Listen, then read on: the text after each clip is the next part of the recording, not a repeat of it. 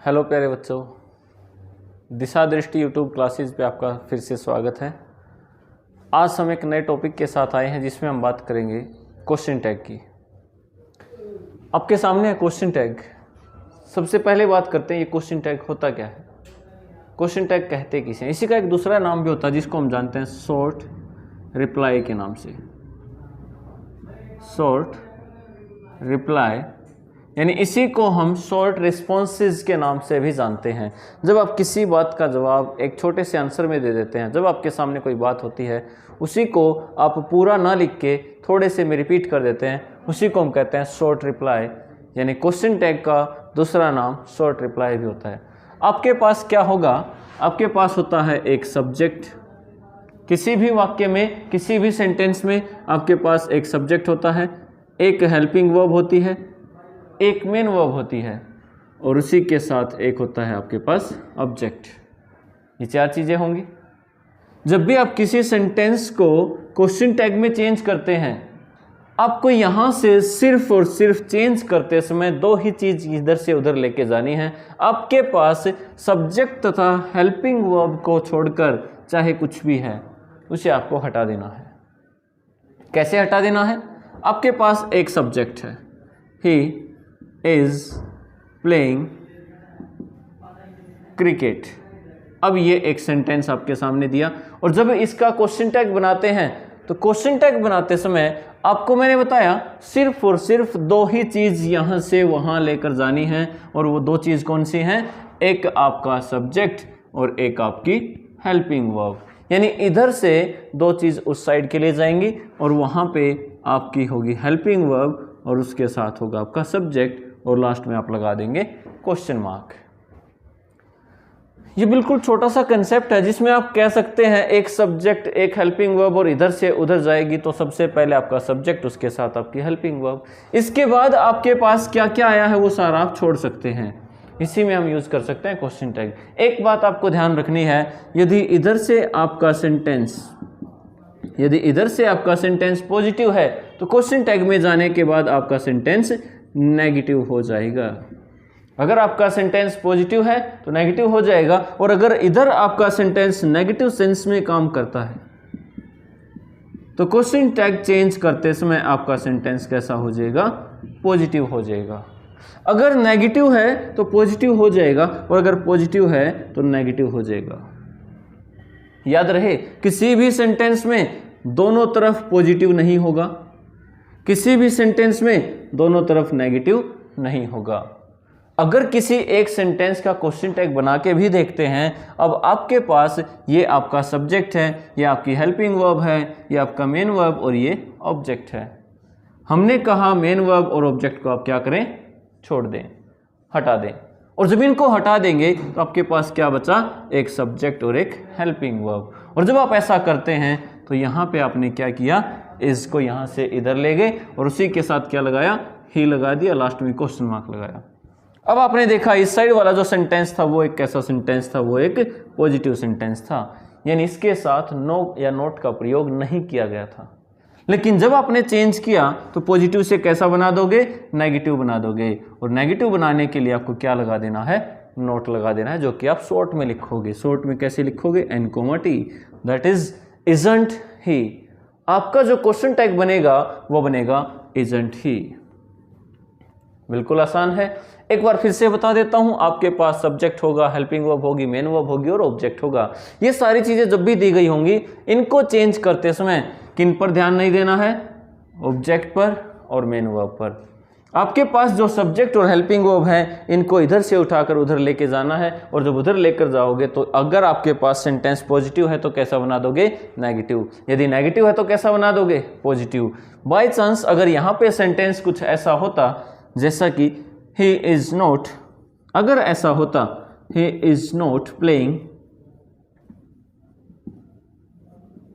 Cricket, अब आपका sentence कैसा है? उसने जो सेंटेंस दिया है वो पहले ही नेगेटिव है। आपको दो बातों का ध्यान रखना है, एक सब्जेक्ट और एक हेल्पिंग वर्ब। इनको यहाँ से उधर लेके जाएंगे और यहाँ पे क्या बनेगा? अब आप कहेंगे मैंने उधर नोट का प्रयोग क्यों नहीं किया? मैंने उधर नोट का प्रयोग इसलिए नहीं किया क्योंकि यहाँ पे मेरे पास पहले से ही नोट था। और मैंने आपको बताया यदि आपका सेंटेंस पॉजिटिव है तो कैसा हो जाएगा, नेगेटिव हो जाएगा, और यदि आपका सेंटेंस नेगेटिव है तो कैसा हो जाएगा, पॉजिटिव हो जाएगा। कभी भी किसी भी सेंटेंस में ऐसा नहीं होगा इधर भी पॉजिटिव इधर भी पॉजिटिव नहीं होगा। किसी भी सेंटेंस में ऐसा नहीं होगा इधर भी नेगेटिव और इधर भी नेगेटिव, ऐसा कभी नहीं करते हैं। इसी की थोड़ी सी और आगे बढ़ते हैं, थोड़ी सी प्रैक्टिस करके देखते हैं। और यही था आपका क्वेश्चन टैग। यानी कुछ छोटी छोटी बातें हैं जिनको आप इसी में इन्वॉल्व करेंगे और उसके साथ आप एक अच्छा सा कंसेप्ट याद रख सकते हैं, जिसमें आप कह सकते हैं आपकी एक हेल्पिंग वर्ब होगी और एक आपका सब्जेक्ट होगा। यदि नोट इधर दिया है तो हटा देना, नहीं दिया है तो लगा देना, ये दो ही बात होंगी। यहाँ पे कहता है एक हेल्पिंग वर्ब और एक सब्जेक्ट। नोट नहीं दिया है तो हटा देंगे, लगा देंगे, लगा दिया अगर दे रखा है तो हटा देंगे। दोनों तरह से यूज किया जा सकता है। जैसे बात करते हैं, इससे आगे बढ़ते हैं थोड़ा सा। और क्वेश्चन टैग में अगर बात करें, अगर हम हिंदी में भी क्वेश्चन टैग की बात करें तो हम इसे बहुत ज़्यादा यूज करते हैं। हम बहुत बार बोलते हैं क्या वह पुस्तक पढ़ रहा है, फिर साथ के साथ हम रिप्लाई देते हैं क्या वह नहीं पढ़ रहा है। That is short response, that is short reply, question tag. तो यहाँ पे कहता है Ram is playing a game. अगर इसका क्वेश्चन टैग बनाना हो तो यहां पे आप क्या करेंगे, आपके पास एक सब्जेक्ट है, एक हेल्पिंग वर्ब है। और याद रहे जब भी आपके पास यहां पर सब्जेक्ट के रूप में कोई भी नाउन दे रखा है तो और जब भी आप इनका क्वेश्चन टैग बनाएंगे तो नाउन को उधर लेके जाएंगे और वहां पे जाते समय नाउन का क्या बन जाएगा, इज तो एज इट इज आया। और राम के लिए आप क्या लगाएंगे, यहाँ पे आप ही का प्रयोग करेंगे।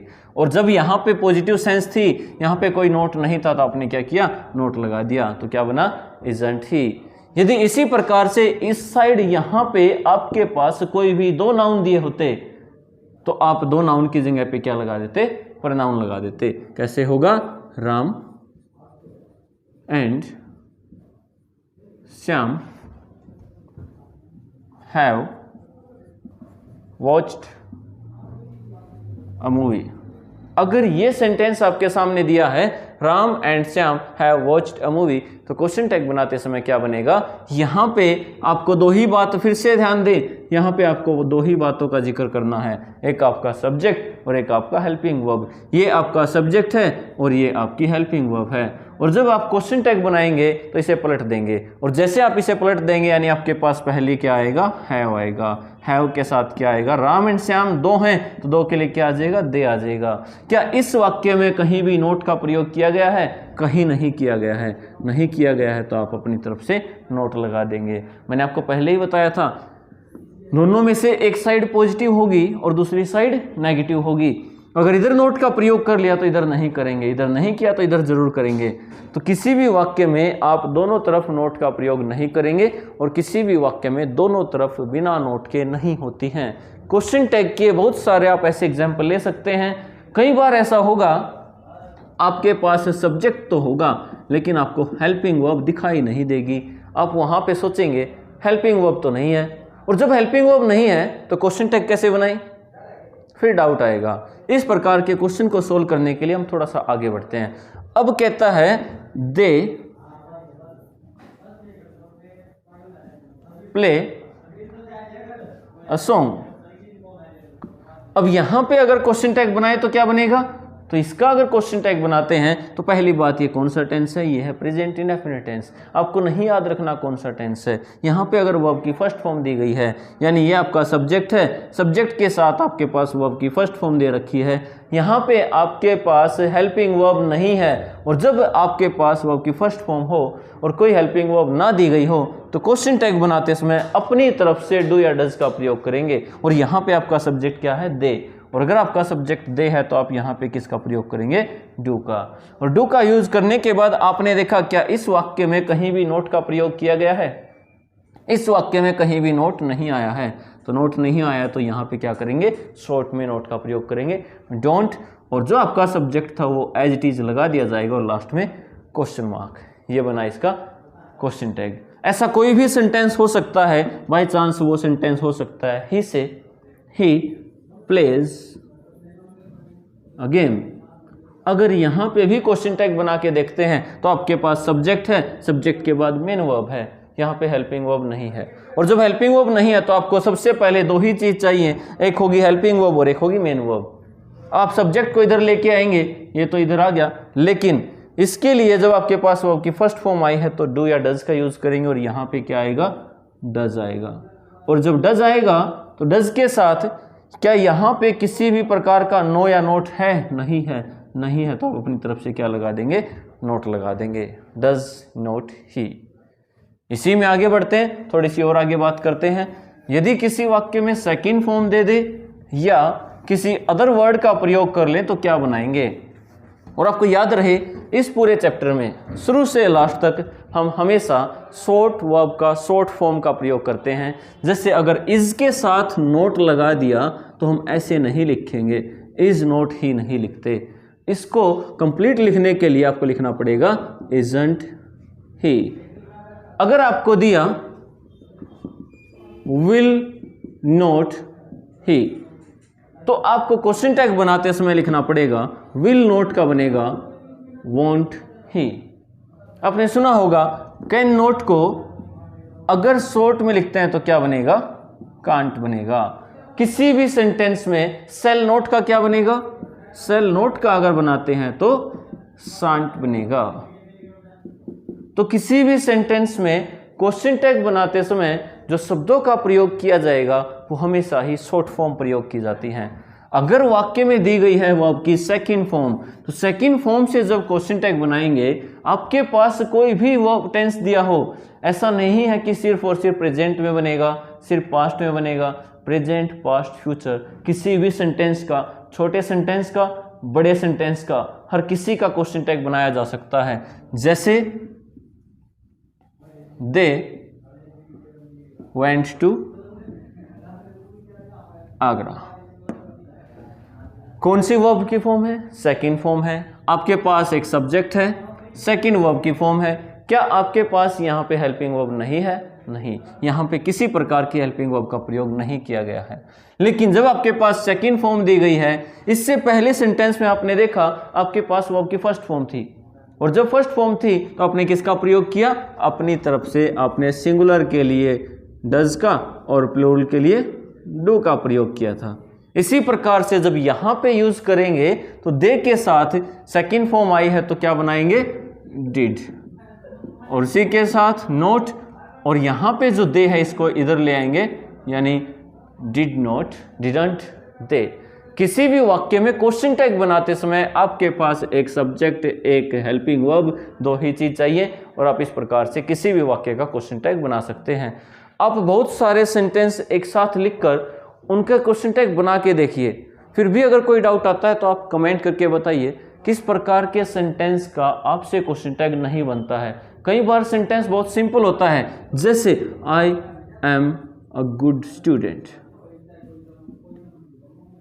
और यहां पे आपको डाउट आएगा कि इसका क्वेश्चन टैग अगर हम बनाते हैं तो एम यहां से इधर जाएगा और आई यहां से इधर जाएगा, और जब क्वेश्चन टैग आप बनाते हैं तो यहां पे बनाते समय आप क्या बना देंगे, एम नोट आई, जबकि ये गलत आंसर होगा।